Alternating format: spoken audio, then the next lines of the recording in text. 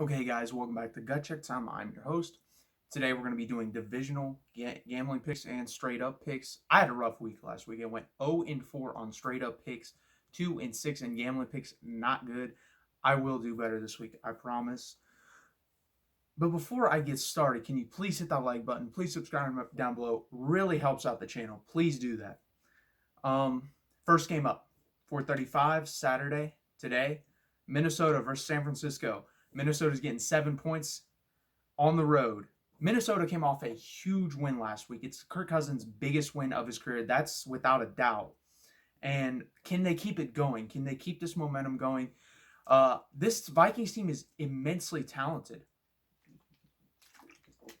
If Kirk Cousins can do what he did last week, they can go to the Super Bowl. And I believe whoever wins this game goes to the Super Bowl for the NFC side. I believe they represent the NFC in the Super Bowl. I'm going to take San Francisco, though, for the simple fact Minnesota's offensive line is a weakness. San Francisco's defensive line is their strength. They had 48 sacks on the season, which was tied for fifth, which in fact is the team they're playing today. Minnesota also was fifth in sacks with 48 sacks. And Adam Thielen is questionable. He has stitches in his ankle. I'm sorry, but if you have stitches in your ankle, that's got to bother you a lot. I'm sure they'll give him a ton of pain medication, but that has to hurt running in and out of routes, cutting, stuff like that. Stuff that's important for a wide receiver. So I think he'll have a hard time today playing on that ankle.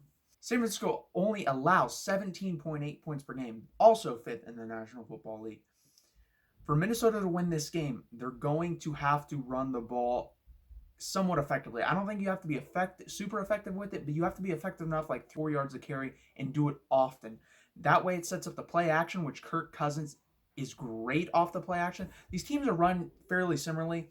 Kyle Shanahan obviously comes from the tree of Mike Shanahan, his father. They run the zone read scheme. Guess what? Gary Kubiak has a heavy influence on this Minnesota team, and they're heavy on the zone read as well. So you'll see a lot of the same things. I think whose ever offensive line performs better in this game, gives up the least amount of quarterback pressure, gives up the least amount of sacks, wins the game. I think that's what it comes down to. Both these teams, like I said, tied for fifth with 48 sacks on the season. I'm not sure what Minnesota is on points per game allowed. I'm sure they're top 10. I know San Francisco's fifth. So I really believe it comes down to the offensive line. And I think San Francisco, with the time off last week, more time to prepare, more time to rest. I'm going to take San Francisco at home, 21-17, but I'm taking Minnesota +7, and I'm going the under of 44.5. Next game up, the late night game on Saturday, Tennessee versus Baltimore. Tennessee's getting 10 points here on the road. Mark Ingram and Mark Andrews are both questionable, tied in, very important in this offense. So that's a huge loss if he can't go. I think he will go. I think he played a little bit the last week this season, if I'm not mistaken, and he's gotten pretty much 2.5 weeks off, so I think he should be able to go. Mark Ingram, I'm not sure. It's a calf strain, though. Usually that's a 4-week injury. He's been out 3 weeks, so we'll have to see. If not, Gus Edwards will fill in for him. Tennessee, you have to be able to win the time possession. If you don't win the time possession, you have no chance to win this game. I don't care if this turns into a shootout and Tennessee's able to score. You're not winning this game in a shootout. You're just not. You have to win the time possession. You have to run the ball with Derrick Henry. Last week, they ran the ball pretty well, but they didn't run it enough. I was sitting there. They couldn't stop him. He was getting 5, 6, 7 yards every time he touched the football, especially in the first half. And they stopped doing it and so at certain points. And they kind of stalled there until the end of the half. So I was wondering why they kept doing that, because the guy on the other sideline, Bill Belichick, that's what he does. He runs the same play over and over and over again until you prove to stop it. They could not stop Derrick Henry. That was a freight train coming at him. It's like trying to tackle a refrigerator. It was pathetic by the Patriots defense. They could not tackle him. I think Baltimore will do a better job with that. But the thing is, make them prove that they'll do a better job with that. Run them over and over and over again. Also, be less predictable. When Dion Lewis is in the game, he's a shorter back, so you like to throw out of those formations. Run the ball 5 to 7 times with him just to keep him honest, so when you do decide to throw, they're not all over it. But you're going to have to run the ball a lot. And Ryan Tannehill, he needs to be between 15 to 22 throws in this game for them to be able to win. And he's going to have to make the most of that. He can't go 7 of 15 for 86 yards or something like that versus the Patriots. He has to go, let's say he throws 22 times, 15 to 22 for 190 and a touchdown. If he does that, they can win this football game. You need more big plays from A.J. Brown as well. I don't think that's going to happen. That's why I'm going to take Baltimore 27-14, take Baltimore -10, and take the under of 47.5. And I did bad on the picks last week, but I also, like I'm doing now, I'm giving you reasons if the other team wins. Why? There were 3 out of 4 of those games. I gave you the reasons why. I told you if Derrick Henry ran the ball like that. I told you if Kirk Cousins played like he did, poised and not turn the ball over, they'd win. They could win that game. And I told you if Josh Allen had to throw that many times, Buffalo would lose that game. He threw 46 times. I said if he throws over 35, they'd lose. And guess what? They lost. I'm good at giving reasons, even if I'm wrong in the straight up picks. But that's the thing about the playoffs. These teams are most of the time so evenly matched. Those little reasons make the difference. And I was wrong on guessing which little reason to bet on. But I did give the right reason to why that team won. But like I said, little margin of error, especially in the playoffs. There's already little margin of error because it's the NFL, but playoffs is really hard. This game I do believe is pretty easy to pick, which scares the hell out of me because everyone's picking Kansas City in this next game on Sunday.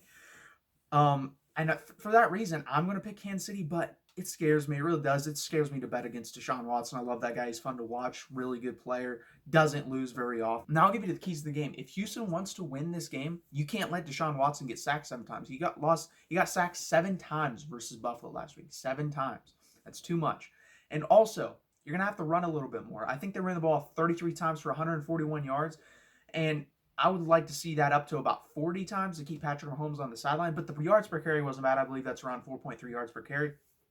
I'm doing mental math here, so I'm not sure. But it's just like Peyton Manning. You have to keep that guy on the sideline. So, again, just like the Baltimore game, try to run the ball. Try to take 10 to 15 play drives and capitalize and score off those.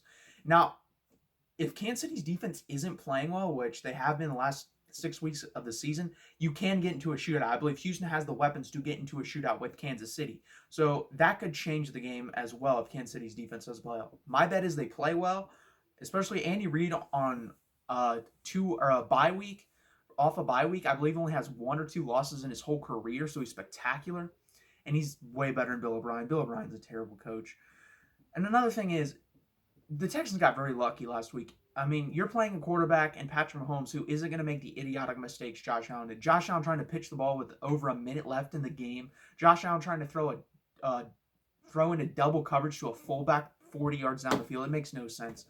So they got very lucky to win last week. That's why I think they're going to lose this week. 31-21 Chiefs. I'm taking Kansas City minus 9.5. It's a big number. Lay it over 51 as well. Next up, Seattle versus Green Bay. The hardest game to pick on the weekend. There's so many little factors that go into this game that can literally switch it one way or the other because I think this is a field goal game. I really do. There's no way this is a blowout. This has turned into a modern-day rivalry, too. Ever since that NFC Championship game loss where Green Bay blew that lead, this has turned into a modern-day rivalry. Seattle's going to have to run the ball better. They ran the ball for 26 carries for 64 yards last week. That's terrible. That's less than 3 yards a carry. You can't do that and win the game. And I gave a stat last week where Russell Wilson's record is ridiculous when he gets over 150 yards rushing. The thing is, I don't see that happening this week, so he's going to have to do what he did last week. Threw for over 300 yards, managed the game well, and kept finding DK Metcalf. I think he's going to have to do a lot of the same things this week because I think Green Bay's defense is better than Philadelphia's. They have more edge rushers. Preston Smith, Zadarius Smith. Those guys have been doing fantastic pickups for the Packers. They've been getting after the quarterback very well, especially Zadarius Smith, who will probably get some Defensive Player of the Year candidate votes, and he should. He's played spectacular this whole year. I'm going to take Seattle to win. I was going to pick Seattle about 3 days ago. Then I changed my mind to Green Bay. I changed it back to Seattle. I think Seattle wins game 21-20. I think this is an extremely close game. I think Green Bay has to get pressure on Russell Wilson. They have to have more of the sacks than the Philadelphia Eagles did last week, which was 1. The magic number here for me, if Green Bay has more than 4 sacks in this game, they win the game. Eventually, Russell Wilson, if you do get enough pressure on him and you make him run around and scramble, he will throw you one. That doesn't mean you're going to catch it, but he'll throw you an opportunity. Again, capitalize off that opportunity. Get there more than 4 times. You will win this football game. But I'm going to take Seattle for the simple fact I don't think they're going to sack Russell Wilson that much. I think Seattle will probably put 6 guys at the line of scrimmage to block, whether it's a tight end or George Fant, who they use as a tight end, but he's actually an offensive lineman. I think they'll do that. So I'm taking Seattle plus 4.5. I'm taking the under 46.5, and I'm taking Seattle to win the game 21-20. That'll do it for the NFL Divisional Round pick. Stay tuned for my college football playoff finals prediction between LSU and Clemson or the Tigers game. Please hit that like button. Please subscribe down below. Thank you.